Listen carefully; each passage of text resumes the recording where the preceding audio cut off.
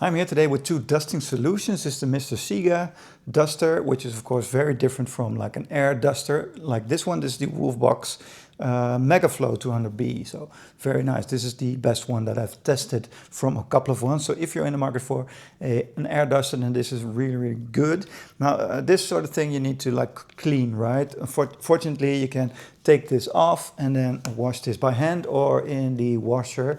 I think under 40 degrees Celsius that is, so just with like your clothes, that sort of thing. And you need to wash this from time to time, but it works really, really well. It's very soft, and when you move this across like your TV, for example, you get all of those dust particles right in here. Now this one is a little bit easier to use perhaps, and I'll show you why.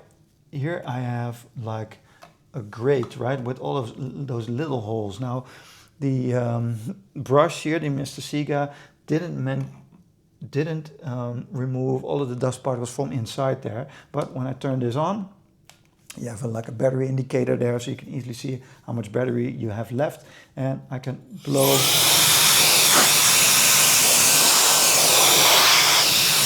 all of those dust particles right from there as well. So perhaps for electrical equipment, something like this works a little bit better. Now, of course, you can use this in your car and then blow like your dashboard clean, that sort of thing, and it's just done in a couple of seconds. But you're moving the dust around, right? So you still have dust somewhere, and it will like come down eventually. Now, I play car racing, so I have like this racing gear right here, and there are all of these very small little nooks and crannies, and it's hard to get in there with something like a duster. So what I usually do is just blow that clean, and then I just vacuum all around it. So in a lot of cases, having an air duster works a little bit easier than having like the Mr. SIGA or something like this. But both of these are the best in their class from what I've tested. So I hope this video has helped you make your choice.